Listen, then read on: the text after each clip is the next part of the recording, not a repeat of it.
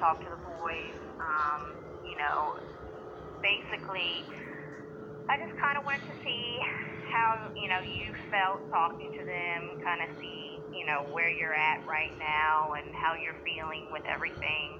I What your felt really good talking to understanding the is. kids. They sounded good to hear from me as well. Okay. Now, I guess because I know you talked to my supervisor, so what is your understanding? Or first of all, have you gotten in touch with Mr. Hayden? Yeah, I've gotten in touch with Charles Hayden, and like I told Marlon, I think it was Tuesday or it might have been Wednesday, one of those days. I told him that I was also seeking, trying to get another person's opinion, just like I explained to your supervisor, because after I got in contact with Charles Hayden, after the appeal or whatnot, I contacted legal aid, like I told her, and they had told me one thing, and Charles Hayden has told me another thing, and I'm just waiting to hear back from another attorney for a second opinion. Okay. I'm being blunt and honest, just like I was with Marlon, and like I told him that he's just doing his job. Like I know y'all know I was in foster care, and I understand that what going on with me, he has nothing to do with that. You know what I'm saying? He's only doing his job. Right. Yeah. But I've never been on this end. You know what I'm saying? Like Right. Miss Harrell always let me talk to my biological family. You know what I'm saying? There was no separation. You know what I'm saying? So me being 551 days without my kids, it's like, without even, hearing anything from the babies or anything. It's as a mother, you're a mother. You got 3 kids. I definitely, I can imagine it. There's no doubt, and I don't think there's ever been a doubt in anybody's mind that you love your children and that you care about them. I mean, you definitely go above and beyond and do more than I would say almost all of any of the other parents, as far as making sure you bring stuff on their birthdays, and like, there's no doubt. You don't forget stuff like that. You don't. I don't know how other people handle it, but this is just. This is how I'm handling it, and I'm just, I just want them to always know that they're loved. Right. You know what I'm saying? When I was I in, think I know, but I understand when you've gone that long without being able to have any contact. I can imagine, and as much as there's many of us here that wish that we could facilitate some type of contact or whatever, it comes down to what we are allowed to do and what we're not allowed to do. And so basically, at this point, we aren't able to set anything up. It's pretty much going to be at the discretion of the foster parent. Yeah. Okay. As far as whoever is going to be, adopting or whatever, it's basically going to be at their discretion. As far as what kind of contact there is, I've had on other cases, where parents want to have contact, and I will give the contact information to the future, adopted parent, and basically tell them, okay, this is, but it's up to you whether you want to, have any contact or reach out or not. Right. And I know, after having contact, speaking with Mr. Hart last week, and let me know the conversations you guys have and everything, he is fine with there being contact, as long as, I guess there's certain things that he just wants to be able to monitor, make sure conversations are appropriate, that sort of thing. Just not to, it is, and probably not be an everyday thing, but that he understands these are your children. They will always be your children. He's not trying to cut mom out of their lives. He just, at the same time, is, like you said, doing his job and wants to make sure, that it's not something that affects them, or, maybe changing their demeanor or changing their behavior, because they are doing, they're doing well right now as far as school and everything. So They've always done well in school. I've always fought hard for them to do well in school. Even when I had custody of the children, they did well in school. I do have their report card, so I mean, I've always been an advocate for school. And like, I spoke to Marlon last week, and I told him, I personally felt that it was a test for the kids. to see how they would do talking to me for 2 days and then telling me that I had to wait until Monday to speak with you. Although I appreciate, girl, all weekend my nerves were bad about this. So I appreciate you calling me back. Yeah, and it's been, the moment I stepped in the office, it has been crazy. And I was actually on an hour-long phone call when you called the first time. So as soon as I got off, I was like, all right, let me call her back. Oh, I I understand. actually have something for you also. Um, uh, Here, Xavier gave me a hat Oh, did he? and a drawing to give you, That's fantastic. and said to tell you that he's working on the comic book. Yeah. Which he did show me the first two pictures that he drew. So I do have this hat that he, I don't know, there's stuff written all over it. So there's a hat for you and a drawing.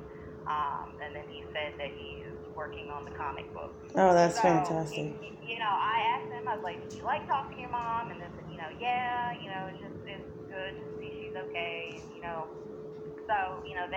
they want to be in contact, and, Mr. Hart does not have a problem with that, just as long as the conversations, whatever are on whatever terms that he says, and making sure it's not, an expected thing that you would be talking to them kind of like every day. I never said that. And like when I spoke to Mr. Hart last week, I was telling him too, like if he could tell me what would be good for him, Okay. you know what I'm saying? Like even if it's, hey, hit me up, Friday night at 5, or hit me up at 7 right before they go to bed or whatever. Because I understand every day is hard. I'm sure they're in camp and counseling and everything else, and they got a lot going on. I'm pretty sure there's more kids there than just my children. So I do understand where he's coming from, but it's a blessing just to even hear from them, because like I said, it's been a long time. As long as you two are on good terms, like you and him, and everything is copacetic there, he has no, this might be a difficult question, but do you think that you could reach out to the baby's foster parents? I mean, I can. I don't know what I'm not really sure what her response is going to be to it, whether it's going to be the same. But like I said, I'm always with you. I will always provide the information. Right. I mean, just the boys told me that, my twins are having it rough. And, they are. And I just want them to know that, mommy will always be here for them. And, I've dealt with, a lot in my life, and I think the twins, at an early age, they probably just need to, develop some healing mechanisms so they can move forward. Yeah, I would definitely say out of all of them, they struggle the most. Specifically, Zyler struggles the most as far as just behaviorally and just everything as far as, he has difficulties. They both have difficulties in school, but Zyler especially, is just his behaviors are definitely more extreme than the other children. Yeah. So it has been a process of trying to, and there's a lot of services in place, as far as counseling and in-home and medication, developmental. I mean, all of that is in place, but at that age, he don't understand why he don't see his parents anymore. To really figure out what's going on at such a young age, and really, there's a lot of services that couldn't be put in place until they turn 5, because that's kind of how Medicaid is. Before you're 5, a lot of stuff isn't covered, or a lot of places won't see a child until they're 5. Oh, I understand. I had that same issue even when I spoke to the pediatrician when they were 2 years old. I mean, there was nothing that I could do until the age of 4. Infant toddler is like the only thing that's out there up until and then that stops at 3, I believe. I don't know if it's 2 or 3. So yeah, it's like that age of 3 and 4. People are just kind of left on their own, because it's like you can't get any help, you can't find anything out, because there's no services for that age group. So, I mean, they're little kids, and they're going through so much, and they can't speak like you and I can. They can't tell you, exactly what's wrong, and they probably just, throw these tantrums. Yeah, I mean,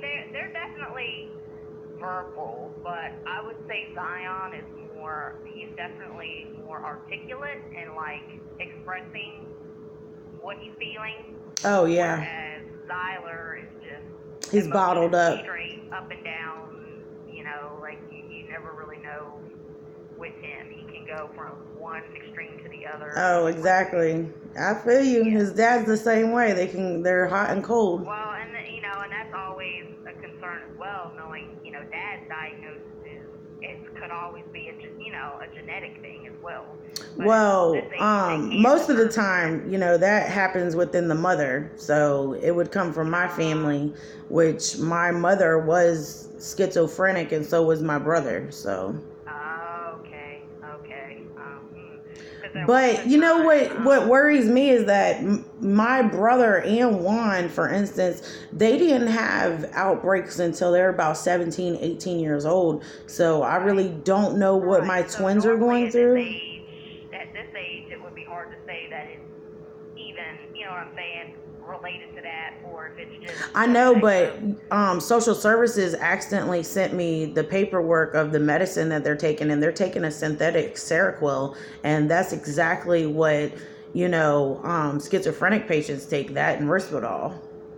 Yeah, well, they were on some medications that were causing Zyler to have hallucinations, and when the medication was changed, it stopped. What type of hallucinations? So, like, waking up, thinking there were bugs crawling on him. Oh, no, my spiders, poor baby. Monsters, that type of stuff. Oh, no. Like, not being able to sleep. But once the medicine was changed, and it was a reaction between the Seroquel and the Risperidone, taking those medications, it was changed, and that stopped. Well, my fear is the weight gain too, because in these type of medications, they're known to gain a lot of weight. Well, I mean, I can tell you they're not overweight right now. Yeah, I'm just afraid for when they get a little older. Have you seen them lately? I mean, I see them. I saw them at the beginning of the month. So I mean, I saw them a little over a week ago. And I saw the older boys last week. Okay, all right. And I saw them the week before that. And so it is now. I get pictures of them individually, and I can get pictures of them as their groups, but I do not go on the visitations when they see each other. Is it still supervised by Andre? Mr. Henson. Oh, it's still by Mark. Just ask him to take a picture for me if he can. I don't see why you'd have a problem with it. I'll see if they are visiting this week. I know over the summer it hasn't been consistent because of them going between the workers that do the supervision going out of town and things like that. So I'll have to see what they've got going on this week.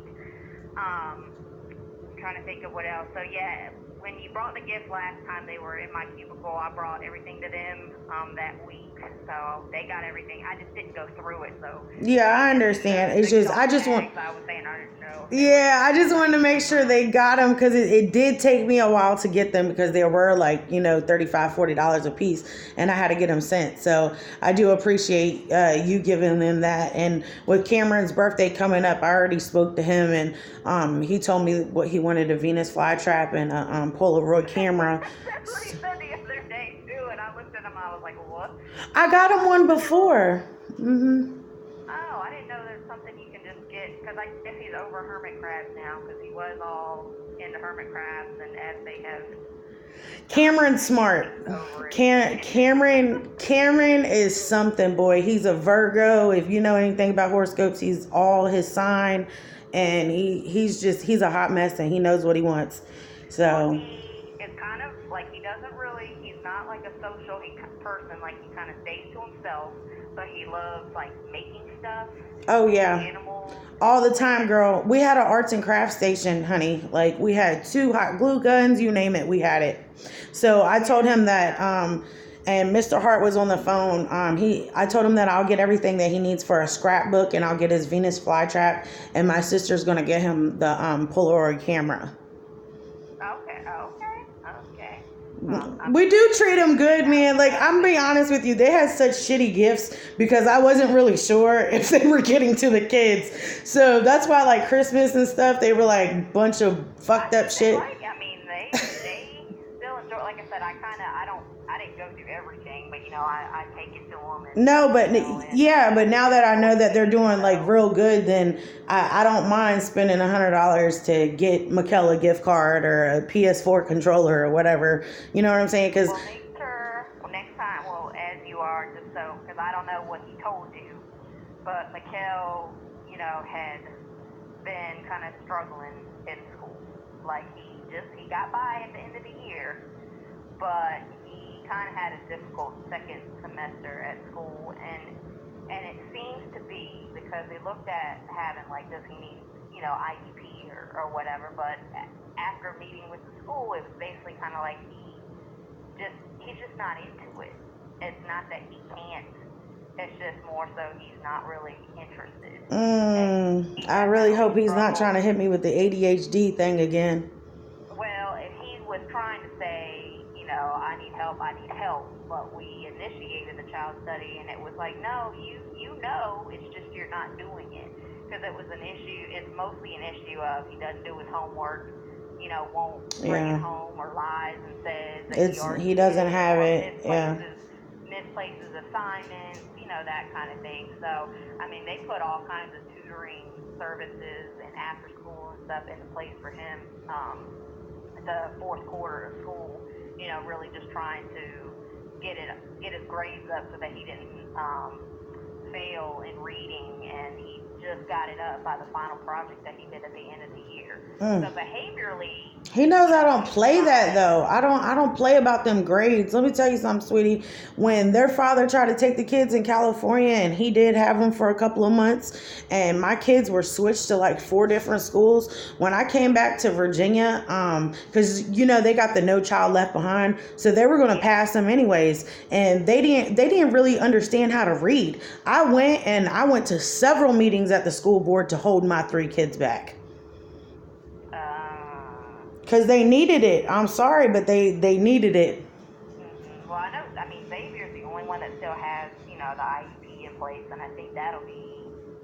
That's a permanent situation because his father was like that, learning, and it took us a year to get that. I mean, believe it or not, like the kids got took in that May, but things were already in motion that year. Right. You know what I'm saying? Paperwork. Yeah, the paperwork and everything as far as you on there, the meetings and all of that. I don't play when it comes to school, honey. Like, I did my thing, but I was PTA. That's why I had so many people advocate for me through the school system, like the principal and the nurse and everything, because I was always there. Yeah.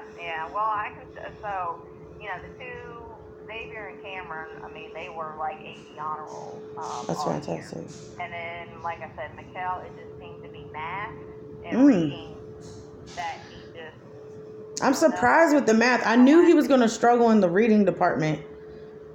I struggle. That's why I try to tell him That's really what it comes down to. Is it's like he's just not really interested, so he doesn't...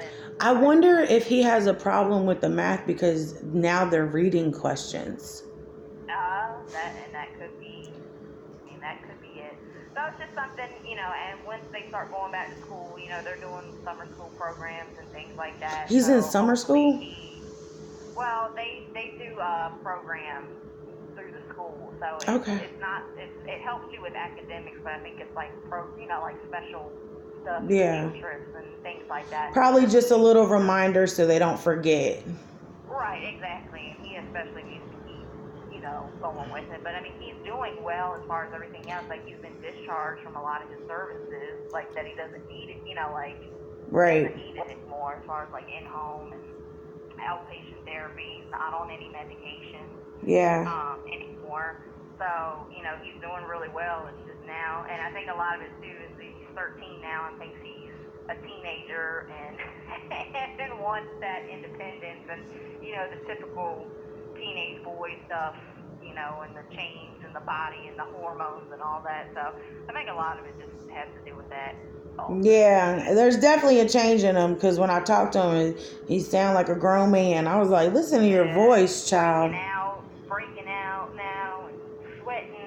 So it's definitely going to be interesting. I know that between 13 and 15, there'll probably be a lot of changes.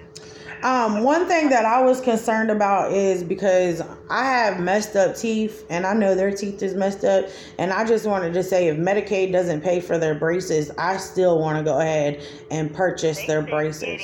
Because they had a lot of teeth growing in behind teeth. Yeah, I had that problem as a child. I try to tell them.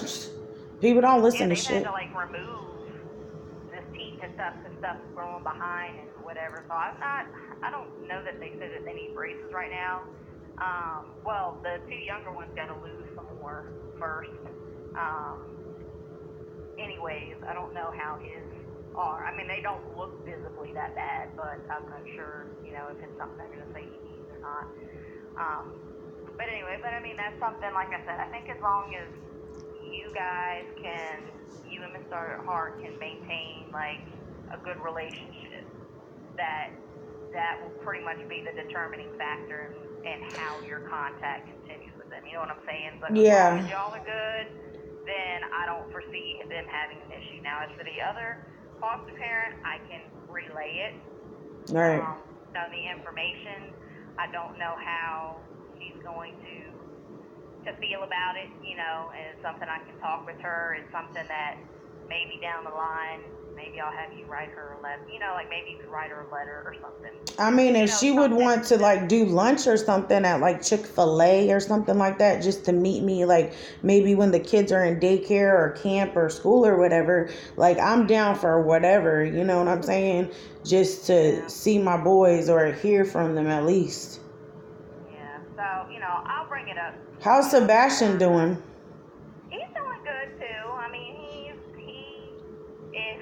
I think he'd rather be with the older boys, in all honesty. The twins drive him nuts.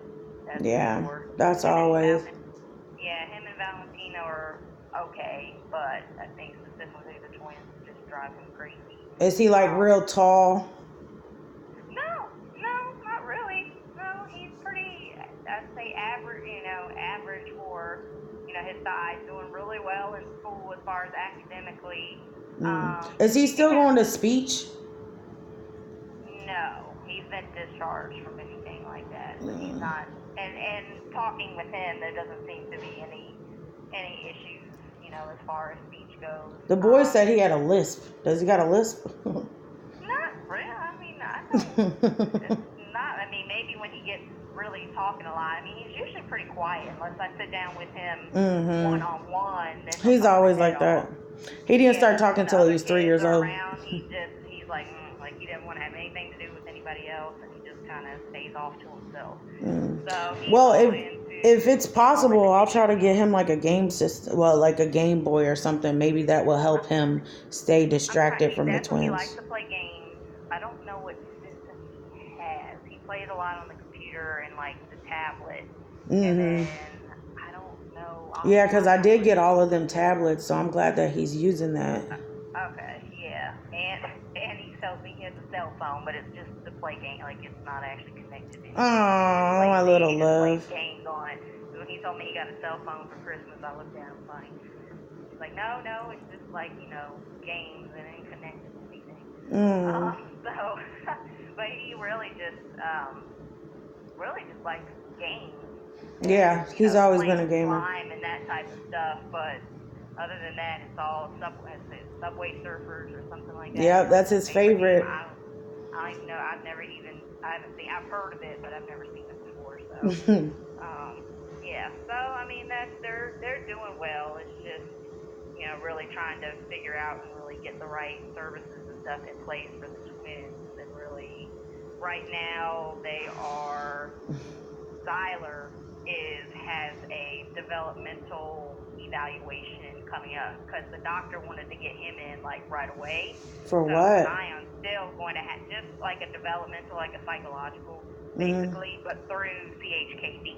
Oh wow. So yeah, because I guess when they first came in, I think they went to they've had a Genesis, but Genesis isn't as thorough and as focused on child services as CHKD, and CHKD takes a long time to get into. But they managed to. I think Skylar has one coming up to Um, see, Valentino had one as well. His is basically just Would you ever let me know if they try to hospitalize my babies? They've never done that. Yeah, but they're 5. I'm talking about when they get older. I mean, Oh, well, I mean, technically they would be, her. as they get older, we wouldn't know if they were adopted, you know what I'm saying? Like, Yeah. we wouldn't be notified about it. It's just a So, scary place. Like, I've never been hospitalized, but I know my brother and Juan has, and it's a scary place, and I don't want them. I don't want them to be alone during that.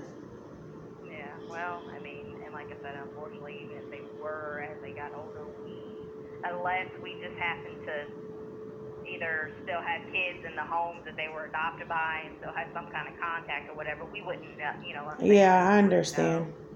Yeah, so. So I only got contact right now because they haven't been adopted. Are y'all gonna let me know like who adopts them, or how does that We go? can't, we can't legally tell you who adopts them. So, yeah. So, that's kind of, like I said, as far as who they're, with right now or talking to Marlon, if they decide to, whatever, adopt and that adoption's done and, they share that with you, then great. Of course, at this time, nothing has legally been done as far as adoption. So it's just basically when we got the briefing back from the state, it was basically just stating that the decisions of the lower courts were going to be upheld. Yeah. So at that point, it's like they're legally free to be adopted, like for us to start pursuing it. Yeah, I understand. But it's nothing's final or anything as of right now. And then, like I said, we aren't legally able to disclose to you who or when it's finalized. I understand. Yeah. So I mean, but right now they're still with us, and you're having contact with the older boy. So I'll just have to talk with the one who has the other ones right now and see if she's willing. Yeah, I know I left some gifts and some flowers for the respite provider, and it's crazy because I actually met her in person the other day. But which one? Yolanda Earl. Oh, yeah. Miss Earl, she's been all over the news here lately. Yeah, but I actually saw her walking in Buck Road because I actually go to that little thrift store at that church right there at St. Joseph's. Oh, yeah. Yeah, and I saw her walking, and I was like, "Oh, hey." Yeah, and she still does it for them some on occasion. When we need her, so that's funny. That's interesting. Yeah. Well, like I said, I do have something for you. So Okay. What I can, I mean, if you want, I can leave it downstairs for whenever you're able to come up here, or if you know a time. Yeah, if you could leave it down there, and I'll get it tomorrow morning. That'll probably be best for me. Yeah, I'll put it in a big envelope. Like I said, it's a baseball cap and a drawing. Thank you so much. You're welcome. I And do so, appreciate like I said, just as long as you're good with him and things stay cordial, then, we don't have a problem with you having contact, as long as you just respect whatever his conditions are, so. Yes. I just got to find out what those conditions are because I don't know yet. Yeah, and it's something, I mean, it seems like he's pretty open to talking. I'm glad you guys were able to, talk about things. And yeah, I mean, it was just, that helps, so. it was crazy. After I got done talking to you and the supervisor that day, I just was all like, I'm going to call him when I called him. I couldn't take it anymore. I'm sorry, but me as a mother, I couldn't take it anymore. I had to know something. Right. No, I understand. I would do anything for my kids, so I totally understand, and it does hurt because, like I said, there are many of us here that wish things could be, wish that things could be different because we understand exactly where you're, coming from. It's just that some of the stuff is out of our hands, and as much as we would like to do things one way, we can't, So. Yeah, I know. That's why I try to be professional with you as well, because you wasn't even the social worker on my case. Like, I can't even be mad with you whatsoever. You're just doing your job. You know what I'm saying? Not that I agree with your job, but it is what it is. Well, sometimes it's different. I pretty much just do like adoption. So a lot of that stuff is Yeah, it's out of your over with hand. by the time they come to me. Yeah. So. Yeah, I get it. Yeah. So well, all right. Well, I'm glad we got to talk. Yeah, thank you so much. Today, I put that in the envelope and I'll put it downstairs at that desk for you, like the front desk area. Yes, ma'am. I'll get it bright and early as soon as y'all open. Okay. Thank you. All right. Bye-bye. You're welcome.